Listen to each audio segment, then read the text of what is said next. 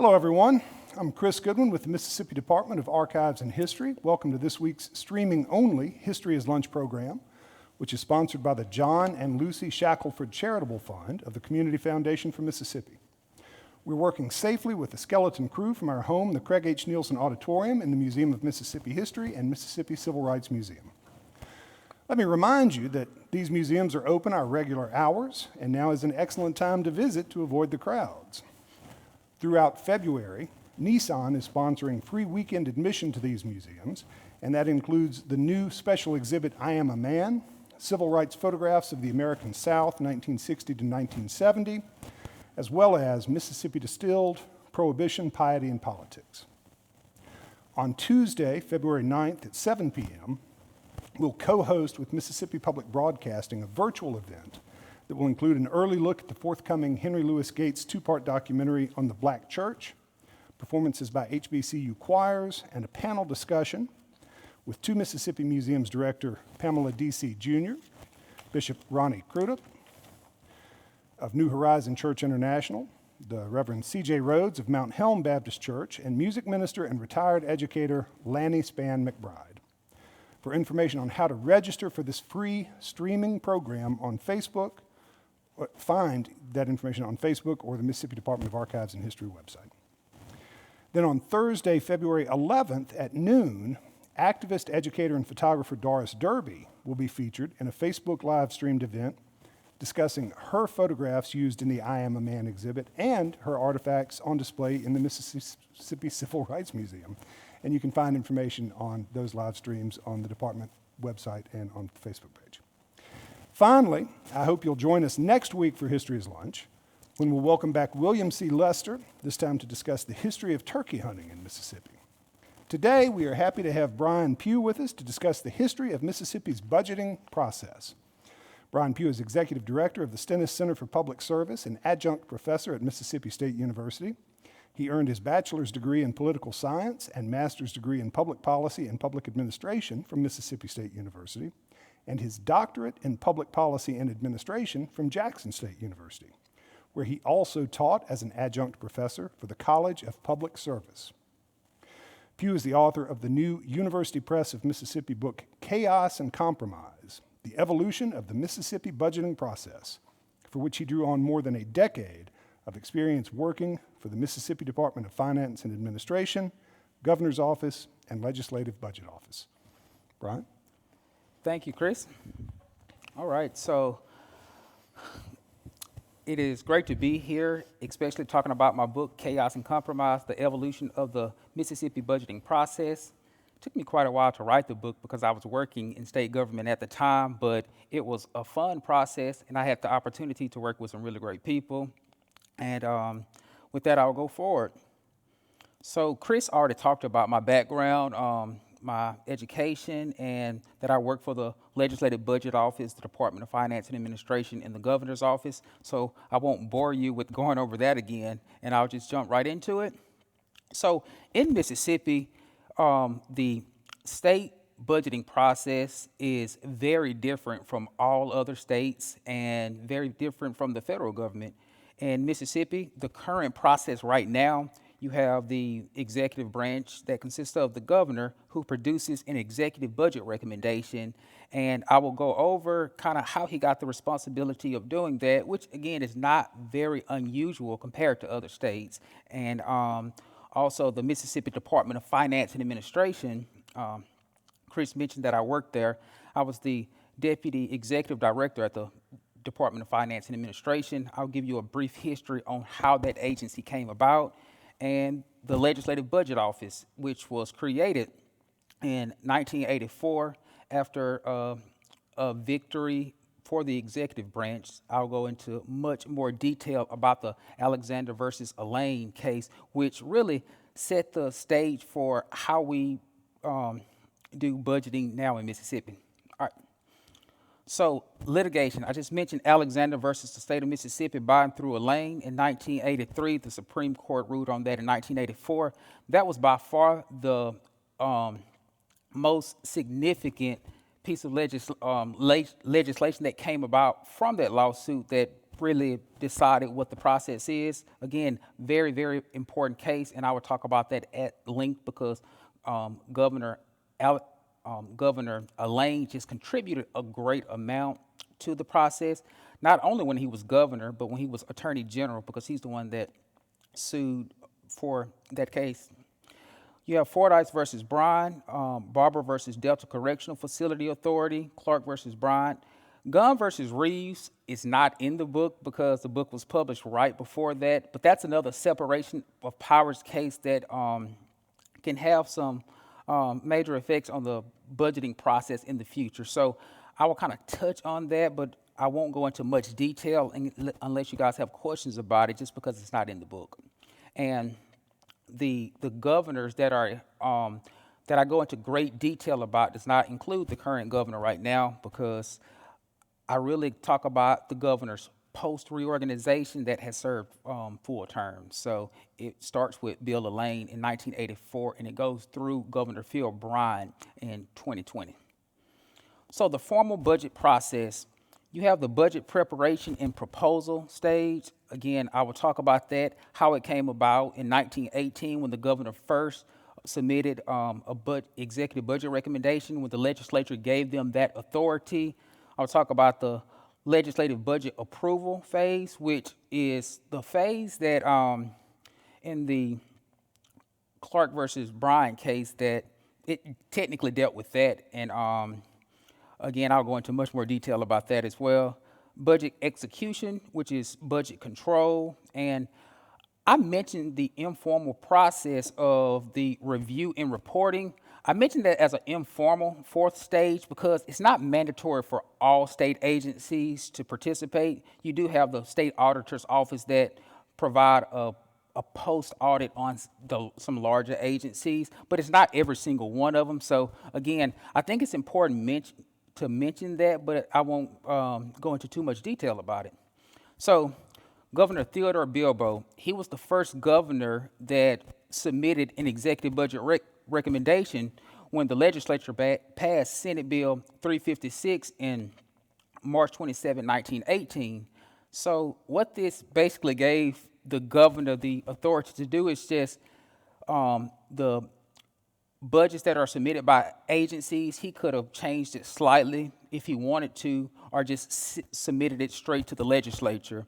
A lot of governors did not take this that serious because they figured that the legislature pretty much dominates this process. They really don't want our input. They're really just giving us more work to do. So when the agency submitted something to the governor's office, for the most part, the governors just passed it on to the legislature. But that was the process, and Bilbo was the first governor to do that. So I don't specifically the entire book is not just about the process. I do talk about some of the fiscal policies that the governors had.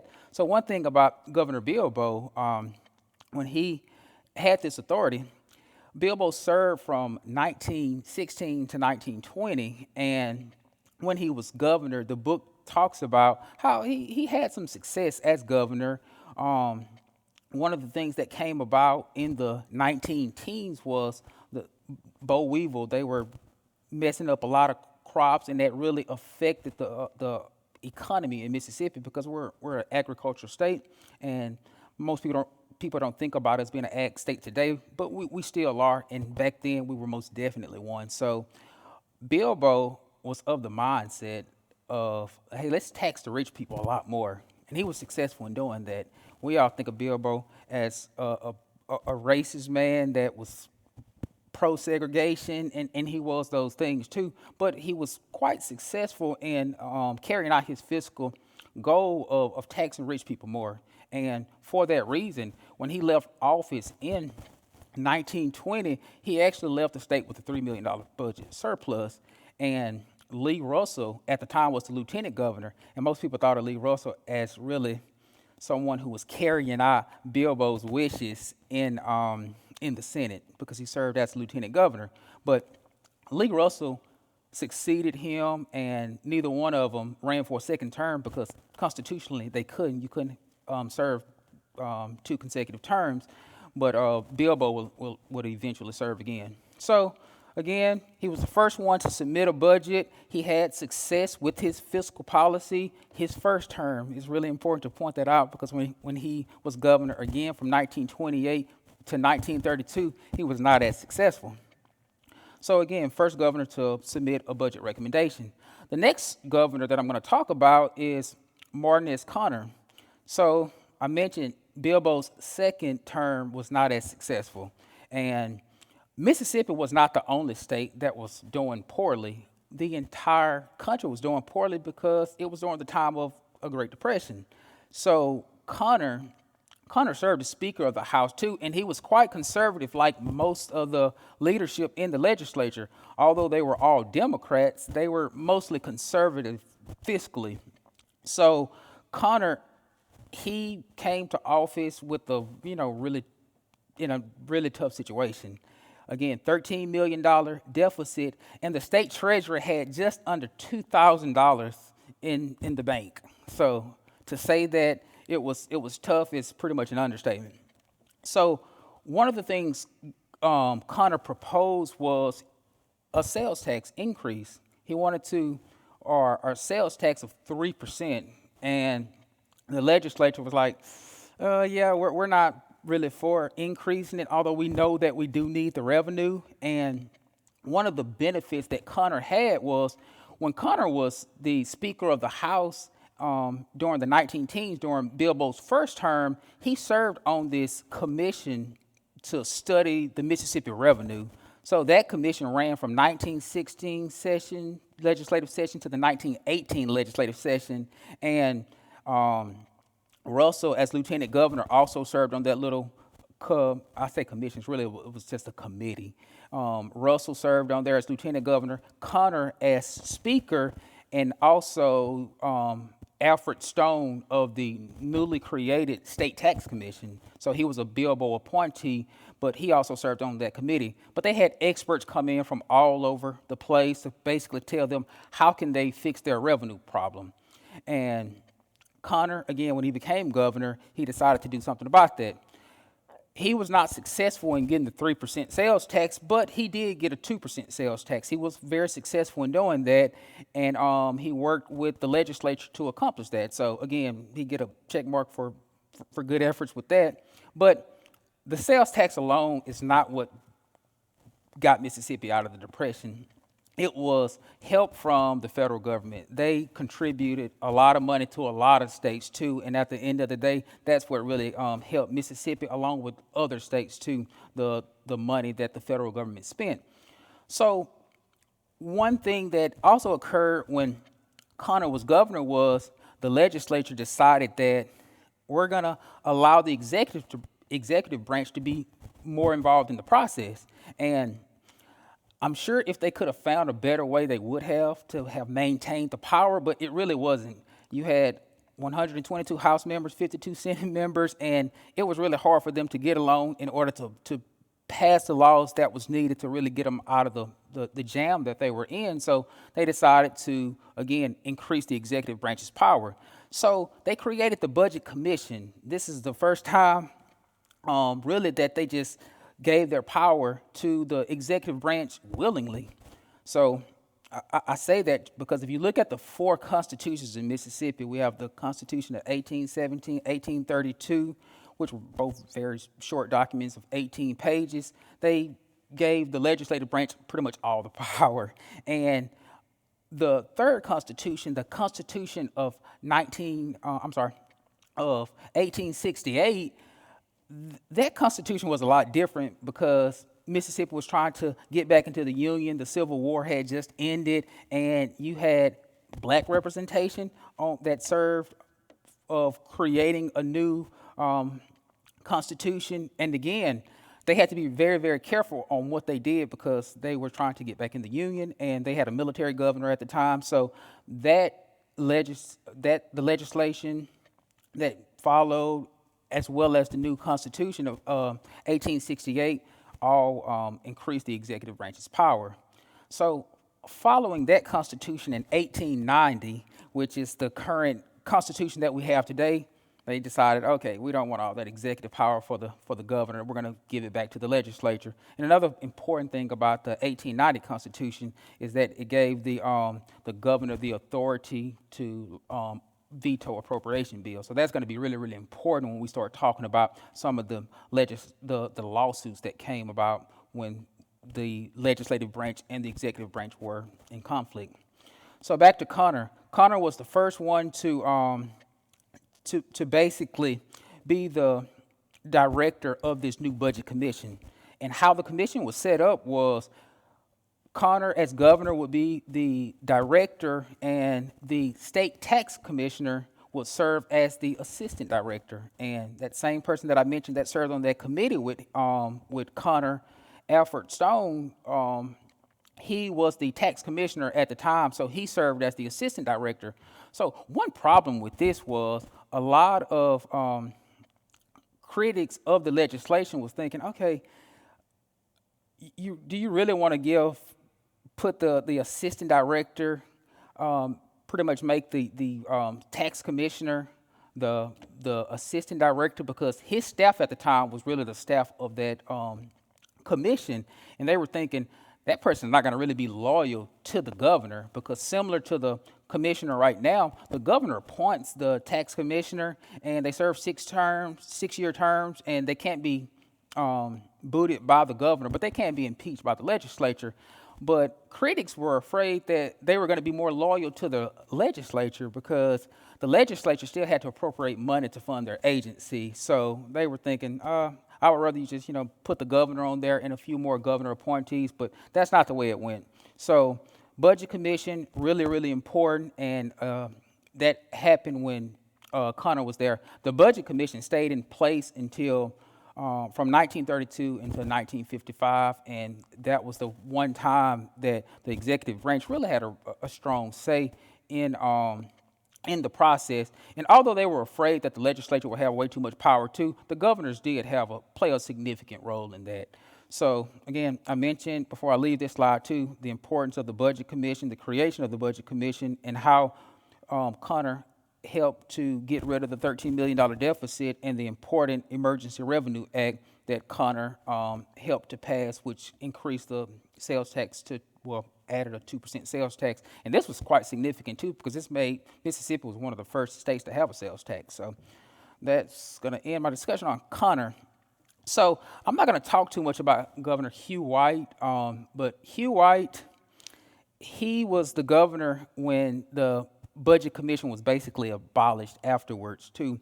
But one piece of legislation that was important prior to the Budget Commission being abolished was in 1952, Senate Bill 1613 basically gave the governor the ability to appoint an executive secretary to really serve as the staff arm to the Budget Commission. And you got to think, this was, 20 years too late, but they were using the staff of the tax commission to really do all the hard work. So that was an important piece of legislation still. So in 1955, this is really, really important. When the legislature passed House Bill 177, they decided that they wanted to be in the budget process yet again. So with that bill, with that legislation passing, the Budget Commission was basically dissolved, and a new commission, the Commission of Budget and Accounting, was created. And what this commission was, whereas the Budget Commission, its predecessor consisted of the governor and the tax commissioner, this new commission consisted of the governor and 4 legislators. And the problem with that was the governor didn't have any type of special veto power. It was basically majority vote that can pass things. So if the legislators wanted to, they can just gain up against the governor and, have a bigger say in fiscal policy. And Hugh White was the first governor to serve as ex officio chairman of that commission. He seemed to not care about it. The Jackson Clarion Ledger was interviewing him when the bill was proposed, and they asked what he thought about it. They were like, this is going to diminish your power as governor. and we just want to get your thoughts on the bill. And his response was, I haven't read the bill yet, but I hear that it's a good act. And he signed the bill, and this new bill was created. I mean, this new act was created to create the Commission of Budgeting and Accounting, and that commission basically continued to be the governing body until Alexander versus Allain. So again, he seemed to not mind it as much, but that's a small piece of Hugh White relinquishing all the executive power that I'll talk about. So Governor Winter, I didn't talk about him nearly as much in the book but I put him in this slide because he was the last chairman of the Budget Commission.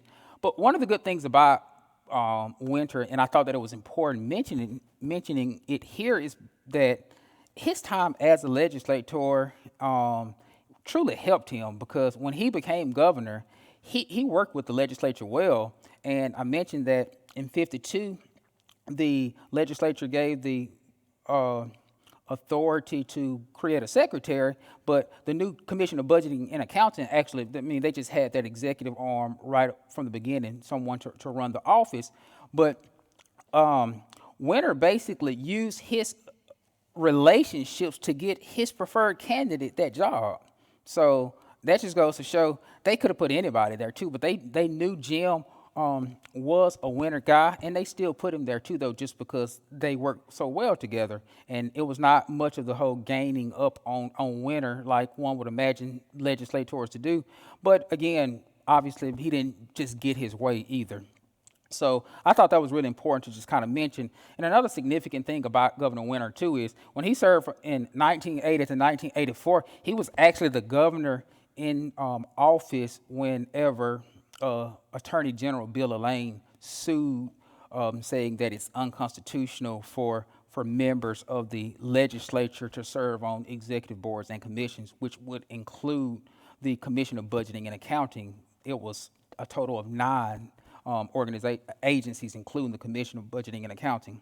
All right, so Bill Allain, and I would just go ahead and say this now. Although I worked as a finance director for a governor, I think that Bill Allain contributed to the budgeting process more than any other governor. I don't think it's a close second, to be honest with you. But if you read the book, you'll kind of just see that he doesn't get a lot of recognition for his fiscal policy, because he was not one of those dominant presence in the process.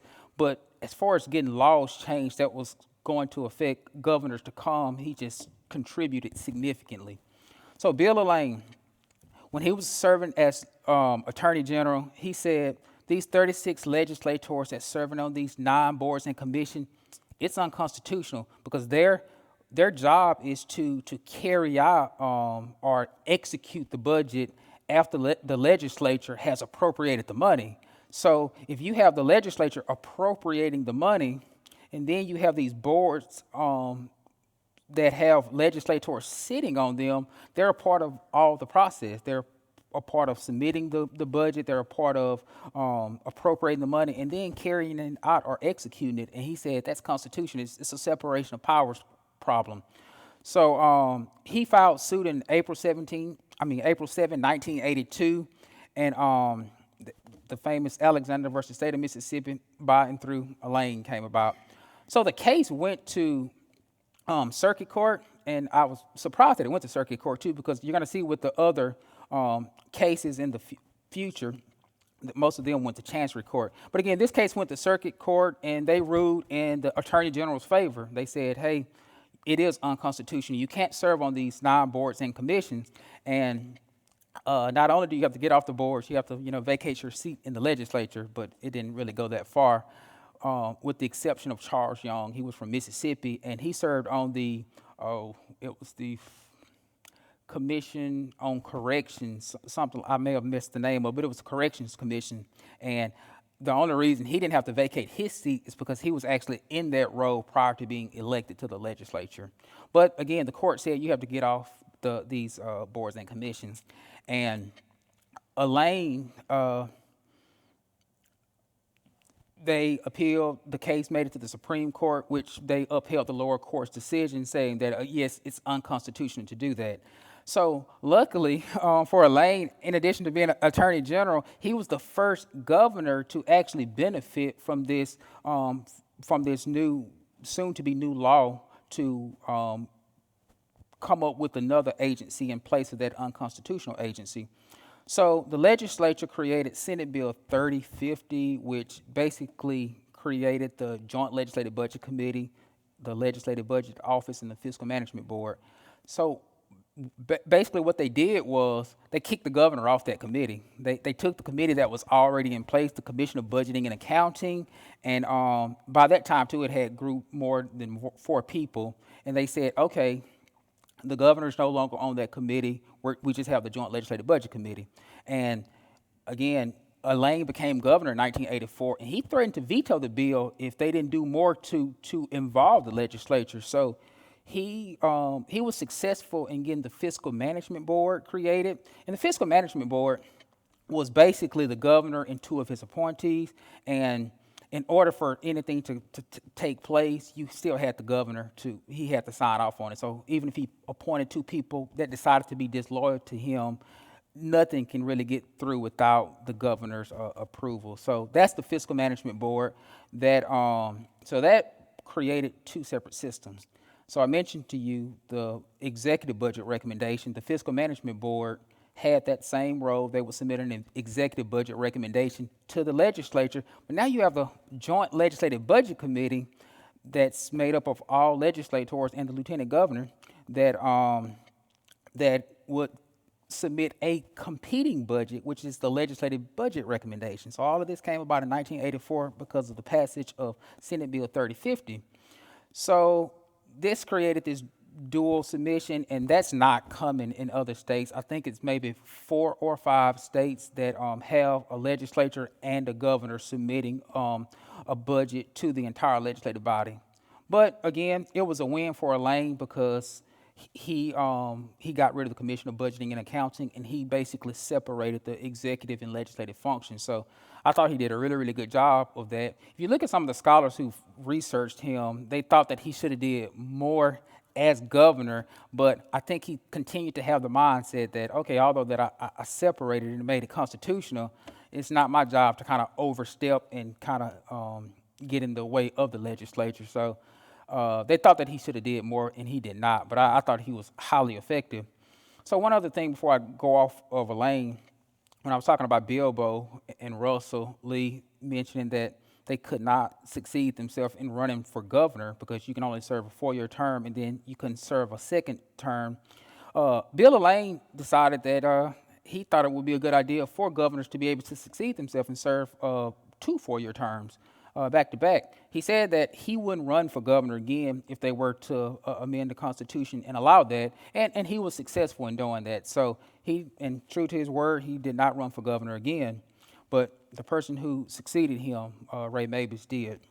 So I put budget reductions on here too because that's another thing that's going to be really important when I talk about some of the governors to come. Is governors had the authority under Senate Bill 3050 to reduce budgets if revenue did not meet expectations. So the law specifically said that the governor doesn't do this. The state fiscal officer, which was a part of the Fiscal Management Board, they're the one that actually does it and not a part of the Fiscal Management Board, but they reported to them. But the Fiscal Management Board basically had the authority to do that. So even to today, when agencies' budgets are cut, it's not the governor technically cutting the budgets. It's the state fiscal officer who is appointed by the governor. So it's safe to say that the governor's cutting budgets because they're going to follow the direction of the governor. So that's another thing Senate Bill 3050 did. So I mentioned Senate Bill 2214 that happened in 1988 on this same slide because that was one of the things that not many people give Ray Mabus credit for. Is a bill went through, didn't get much attention, but they basically tried to make it so that the the fiscal management board could not make the decisions on what agency should be cut more than another, and they basically wanted unilateral cuts, which would have taken all the authority away from a governor. So Mabus said, no, that's not a good idea, threatened to veto it, and he actually did veto it, and they didn't have enough to override it. So that's a really good segment into going into Ray Mabus. So Ray Mabus, he had the intentions of accomplishing a lot as governor, and he was not as successful as he would have liked to because I think it's a lot of reasons that could have contributed to this too, though. But the recession that came in the early 90s contributed to it some. But Bill Allain did not serve in the legislature like William Winter did, and Ray Mabus didn't either. Ray Mabus from 1980 to 1984 served in the Winter administration. He was one of the boys of spring, and he understood the legislature, but he was never a legislator. So after serving in the legislature, he did run for state auditor and got a chance to know legislators, but they had a rocky relationship. So whenever he ran from governor and won in 1988 to 1992, he didn't get as much things accomplished as he wanted to. But Democrats, and I speak of all the legislative leadership at the time, they were all Democrats, and Mabus was a Democrat, and most people think, okay, you're of the same party, everything's gonna just fall into place, everything was gonna just work out like you wanted to. That just didn't happen. But just reading about and doing the research, it seems like the House and Senate wanted Mabus to succeed, but he was sometimes getting in the way and kind of be more detrimental to himself just by some of the actions that he took. So one thing about Mabus that is just really significant is the legislature passed House Bill 659, which created the Department of Finance and Administration that succeeded the Fiscal Management Board. So Ray Mabus wanted just like sweeping reform of Mississippi government, and he was not successful in doing that. He wanted to create these super agencies to take the place of some of the boards and commissions. Legislature wasn't having it, but again, they eventually did allow the Department of Finance and Administration to be created, which is very, very similar. They have a lot of the functions that they have to this day. So DFA succeeded the Fiscal Management Board. So no more governor and two appointees. You had this big department that was controlling the financial management and carrying out all the fiscal responsibilities of the state. So that happened in 1988, and although I don't have a slide on him, Cecil Brown, he was the first director of DFA, and he became a legislator afterwards. And when I first started working for the Legislative Budget Office, he was one of the members of the Joint Legislative Budget Committee, and he also served on the Appropriations Committee. And again, one of the smartest budgeting people that I know, but I had the opportunity to consult with him a lot while writing this book, so that was a joy for me. But Cecil Brown, he served Mabus for 2 years as the executive director of DFA and state fiscal officer. And after 2 years, he decided to go and be Ray Mabus as chief of staff. So he was not in that role long. So Mabus, he wanted to accomplish a lot. One of the things that he's known for is the BEST program.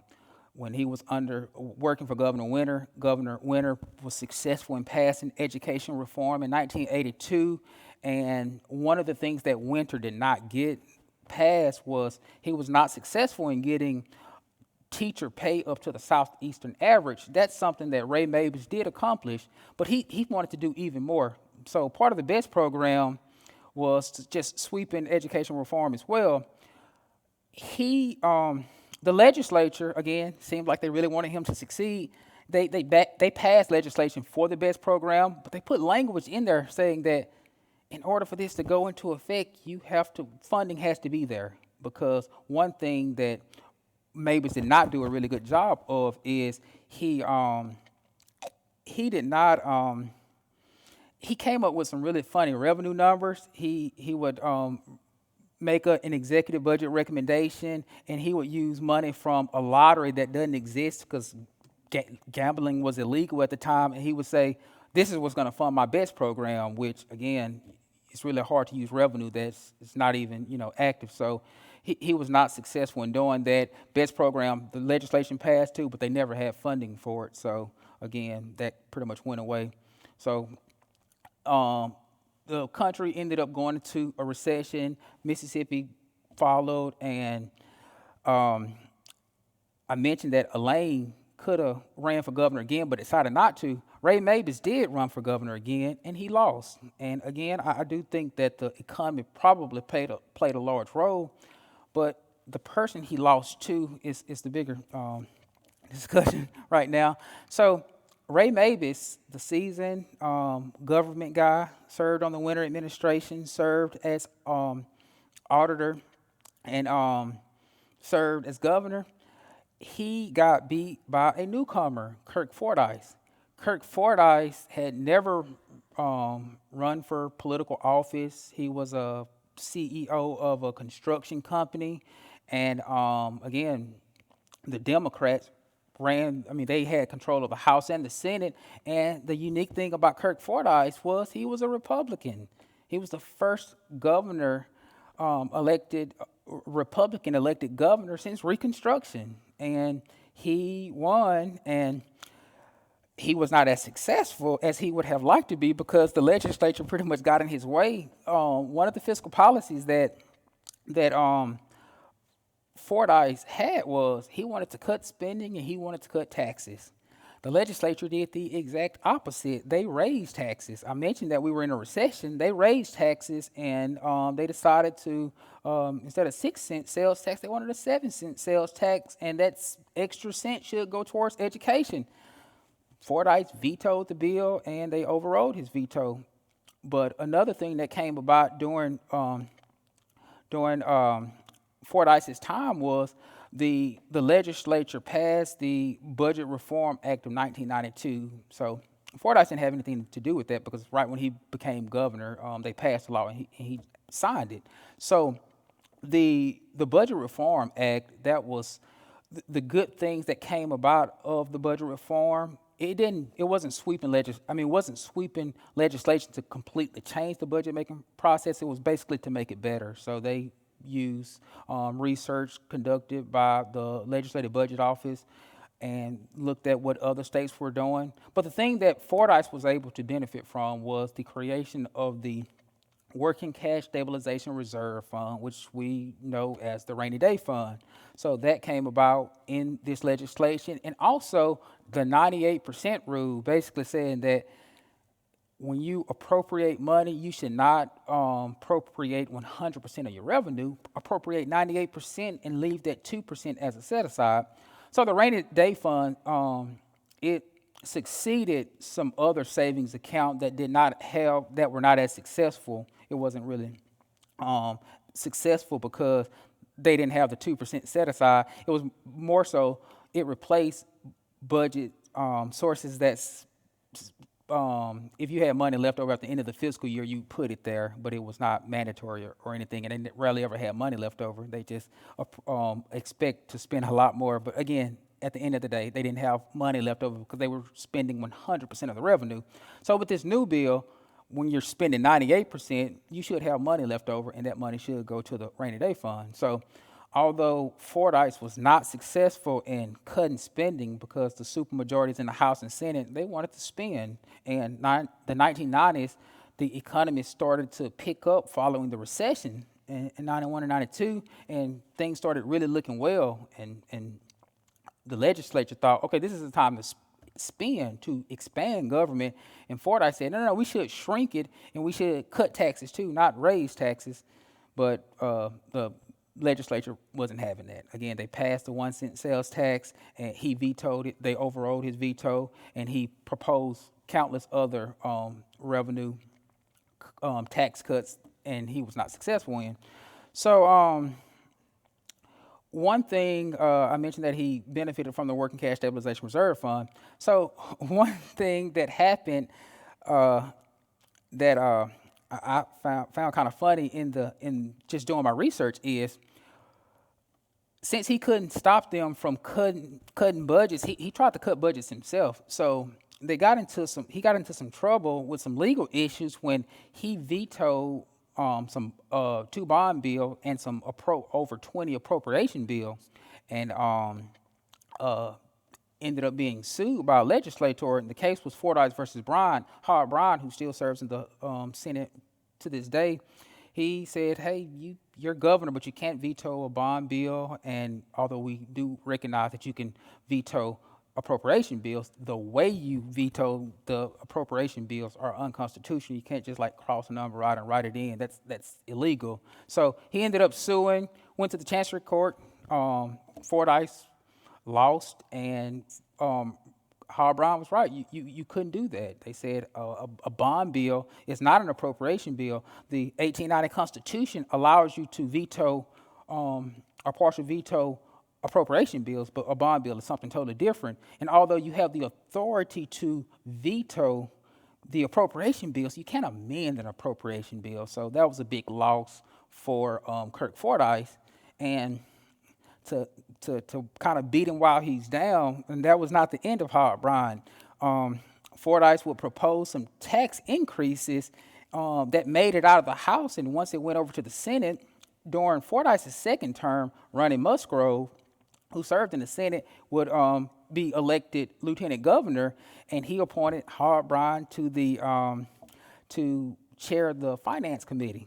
And whenever the House passed those tax cut bills, Howard Bryant would never let him come out of committee. Fordice called a special session to try to get him out of committee again, but Howard Bryant would just let him sit there and die. So again, I think it's easy to say that Howard Bryant won most of those battles, but Fordice really was successful in some other matters. He held the legislature. He held them accountable to sticking to their own rules, because when times got a little tough and they wanted to spend more money than they had coming in, they really wanted to suspend the rules and appropriate 100% of the revenue that was collected. And Fordice reminded them over and over that 98% rule is your rule too. You really do need to stick to it. And he was successful in doing that. And for that reason, simultaneously, while the expenditures were going up, savings was too. So, and again, the economy as a whole was doing well, not just in Mississippi, but nationally. So Fordice was successful in that. And I mentioned Fordice's second term. I meant Mabus was not successful in winning re-election, but Fordice was. So not only was Fordice the first governor to be elected to a second term and succeed himself, Republican, but he also succeeded himself as well too. So he served an 8-year term. So that was quite impressive. Next, Governor Musgrove. I briefly mentioned Musgrove prior to this one because he was elected lieutenant governor during Fordice's second term, and he was a legislator. And again, when he was elected, he had a Democratic majority in the House and Senate. So he was thinking, okay, I'm going to really get my way. He kind of reminded me of, during the research on him, he was very, very similar to Ray Mabus, actually, that he was going to get here and reform the entire process. And when he was lieutenant governor, he was all for the legislature having the majority of the power, but all of a sudden when he became governor in 2000, he was thinking, okay, let's reevaluate that. I think the governor should have all the power. So the legislature, although they were a lot of his buddies, they just didn't see it that way. And it was he received quite the welcoming, because when he first became governor, he vetoed a number of appropriation bills because he didn't agree with the revenue number. Legislature still appropriated the dollars based on a false revenue number. In his opinion, he vetoed all of them, and they overrode his vetoes. So he vetoed more appropriation bills than Fordice, Allain, and Mabus combined. He just vetoed a lot of bills, and most of them being appropriation bills, and they just overrode most of them too. But again, he was successful in other measures. Ronnie Musgrove, he passed the largest pay raise in Mississippi's history, and that still stands to this day. One thing that was very significant is the legislature, when they passed a teacher pay raise, they wanted to put a cap.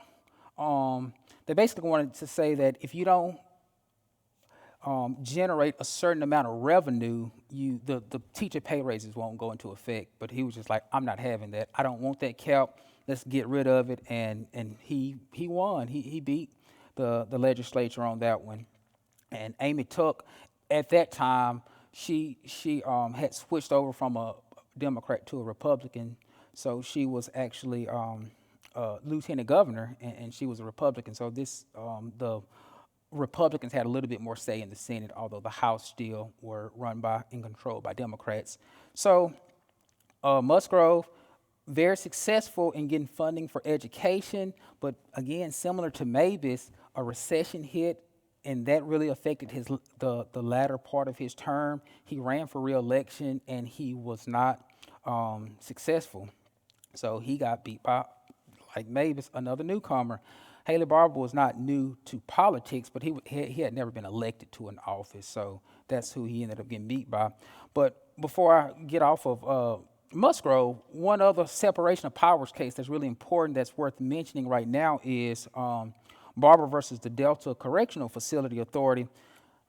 Barbour's name is on this lawsuit, but it was actually Musgrove who was a part of it. So he vetoed a corrections appropriations bill, and he basically said everything was fine, the funding for the administration, regional facilities, but he was not happy with the private prison, the amount of money that was appropriated for the private prison. So he vetoed that part, and it turned out to be a condition. And the Speaker of the House thought it was unconstitutional. He didn't challenge it in court because he got an AG's opinion, and Michael Moore said that you can't do that. You're vetoing a condition, and that's unconstitutional. So they just kind of left it at that. And the difference between Fordice versus Bryant and Alexander versus Allain is a private entity sued in this Barbour versus Delta Correctional Facility, and not a legislator. So that was a big difference. But by the time Barbour came into office, the Supreme Court had agreed that you can't veto the conditions. All right, I'm not going to spend much time on Barbour because he truly did not change the process nearly as much. Haley Barbour was a very effective governor because I mentioned that Amy Tuck had switched from Democrat to a Republican, and she was the lieutenant governor, so she was the president of the Senate, and she can always get the votes so that if he vetoed something, they would not override his veto. And the same thing happened in Barbour's second term when Lieutenant Governor Phil Bryant was in place. If he would veto something, Billy McCoy, the speaker, would say, hey, we don't like that. We veto it in the House. He never had the votes in the Senate. So it made him appear to be a lot more powerful than he actually was. But what I look at in my book was who actually changed the process. So that means they actually got legislation passed to change it. So I mentioned Alexander versus Allain, although that was a lawsuit, as a result of that, legislation came that increased the authority of the executive branch. With Ray Mabus getting DFA created, that helped the executive branch. So these people contributed to the process. Barbour did not change the process. When he left office, his power left with him. So that's the biggest distinction. But I thought it was really important to just mention that his political influence on the national level truly helped him be a successful governor, along with the support of the Senate. But one thing that I talk about in the book that Barbour should receive a lot of credit for is when Katrina hit in 2005, a lot of legislators wanted to pass some legislation to show that they're doing something. And I mean, it would have been pennies compared to what was actually needed to fix the problem that Mississippi had. So he basically, worked with the House and Senate to get them to kill their own bills. Because he was like, if you start passing this legislation that's not going to help us, it's going to give the federal government a reason to not step in. And he was well aware of who the appropriations chairman was in the Senate, the U.S. Senate. Thad Cochran, and they all worked together to really get Mississippi a lot of resources to help during Katrina. But Barbour was very, very instrumental in that. And another thing that Barbour was successful in is getting gaming. Again, he made it so that gaming came legal in the early 1990s, but you couldn't gamble on land. You had a big barge out in the ocean on the coast, and that's where you gambled. So Barbour was just like, okay, Hurricane Katrina devastated us. It is just too much, and we need to get some revenue coming into South Mississippi right now, and not only South Mississippi, all of Mississippi, because a portion of that go into the general fund that funds the entire state. So he wanted legislation introduced to have onshore gaming. The Senate didn't want to touch that. Amy Tuck was just like, hey, I'm a Republican. I don't want to have to deal with the Baptists on this, and also some of the senators too who chaired the Finance Committee, because it made sense for it to come there. So Haley Barbour worked with the Democrats. He worked with Billy McCoy. He worked with Bobby Moe to accomplish this, and he was successful in it. So again, he didn't get nearly as much credit. Well, he got a lot of credit for Katrina, but those small things of what he did for the state in working with Democrats, I mean, you can't say enough good things about it. All right. So this is the last one, too. I've talked about everybody who's contributed to the process. Governor Bryant, he contributed some, but within the powers of the executive, unlike Mabus, Musgrove, and even Haley Barbour, because he would overstep his boundaries a lot of the time and kind of involve himself in the legislative process through the Senate.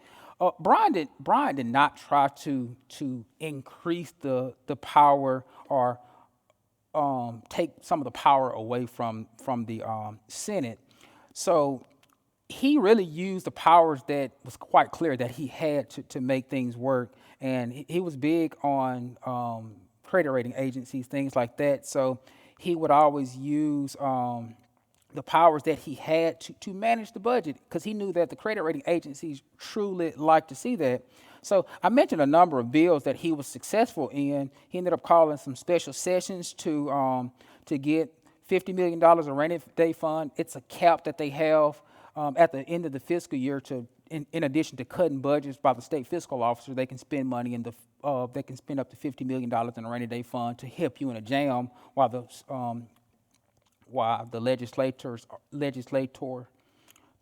out of session or even in session. But he was successful in getting them to increase that amount and really allow him to manage the budget in different ways. I'm kind of running out of time, so I'm not going to spend too much time on that. But another thing that was really, really important was gaming. We go back to Barbour being successful in getting onshore gaming.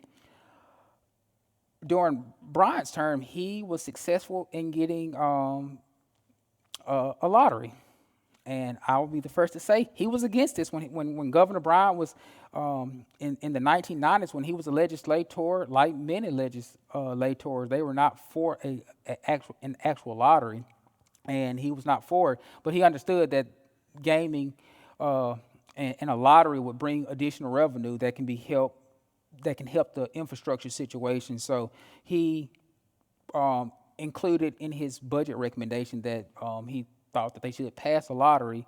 And Alice Clark, one of the long-serving House members who had been introducing a lottery for forever and was never successful, they ended up, naming the bill in her honor. But Governor Bryant, again, as far as increasing any legislation, he didn't do that much, but he did work within the laws that was already in place. And I mentioned on here, and this will be the last thing I talk about before I just kind of conclude, is he was sued by two legislators that brought another separation of powers problem. Basically, you had two legislators say that a governor cannot, basically, if he was to veto an appropriation bill like MAEP, that's a form of budget making, which is a legislative function, and not budget control, which is an executive function. So basically they were making the argument that when you cut a bill, which statute clearly says that you can do, that's appropriating. So that went to the Chancery Court, and Chancery Court ruled in the favor of Bryant, and the Supreme Court agreed. So that was one contribution that was made in favor of the executive branch while Bryant was in office. So to conclude with it, without a doubt, Alexander versus Allain shaped the budget process, the current process that we use to this day. Attorney General Allain and then Governor Allain was very important in that role.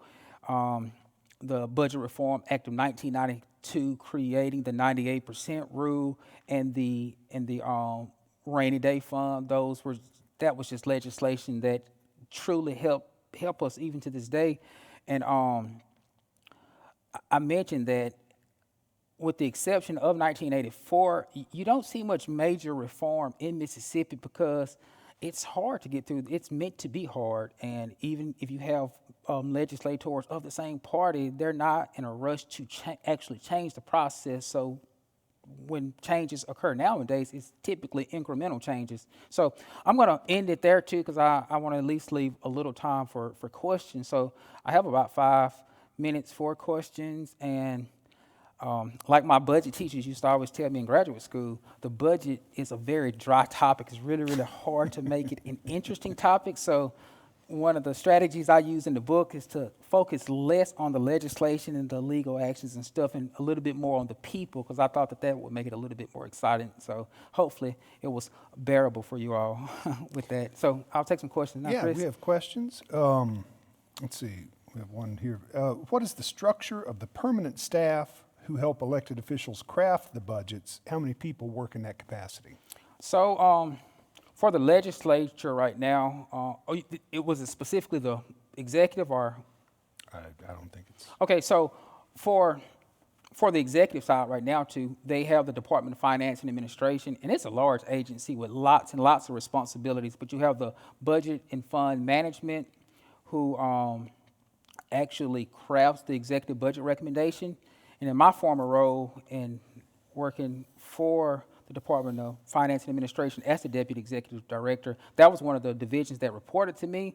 I mean, it's under 10 people, but the same budget recommendation that's submitted to the Legislative Budget Office is also submitted to Budget and Fund Management. So a lot of the heavy lifting and the technical stuff is submitted in the agency's budget requests, so it's a matter of just analyzing that. And another thing that the executive branch have is they only constructed an executive budget recommendation using general funds and like state support special funds. So his budget recommendations is just over $6 billion as opposed to the overall budget of about $20 billion. So it's a staff of just under 10, but again, he utilizes the people in the executive agencies as well that are asking for the money. And then on the legislative budget office, I think they have a staff of, I don't know, probably just under 10 analysts, but they have some more support staff too that contribute to the process. But again, the agencies do all the heavy lifting through the OBRS system right now, which stands for the Automated Budgeting Request System that's submitted online. All right. I had a question. Do you think it's helpful for a governor to have a financial background when dealing with the state budgets? I think working with the money is a very small portion of what they do, so I don't think it's necessary. And I think as long as you put smart people in place that has financial backgrounds, I think that's important. But I don't think that it should be mandatory by any means. Let's see. Question here. In the beginning, you said the Mississippi approach was very different from other states and the national budget process. So maybe I missed the details, but could you reiterate those important differences? Okay, so like the federal government, you have the president that submits a budget to Congress, and in most states you have a governor that submits budgets to the legislature. In Mississippi, when they passed in 1984 the budget reorganization, and they created that Joint Legislative Budget Committee and Fiscal Management Board, which was replaced by DFA, you basically had two budgets being proposed to the legislature. So you have the executive budget recommendation and the legislative budget recommendation, whereas most states just have an executive budget recommendation. So it's although the budgets are very, very different, people can still review that it's kind of a redundancy. So, We have reached the top of the hour. It comes quickly. I hate that, but I have learned a lot. The book is Chaos and Compromise. We have signed copies of it available here. Don't forget about the Nissan free weekends throughout February.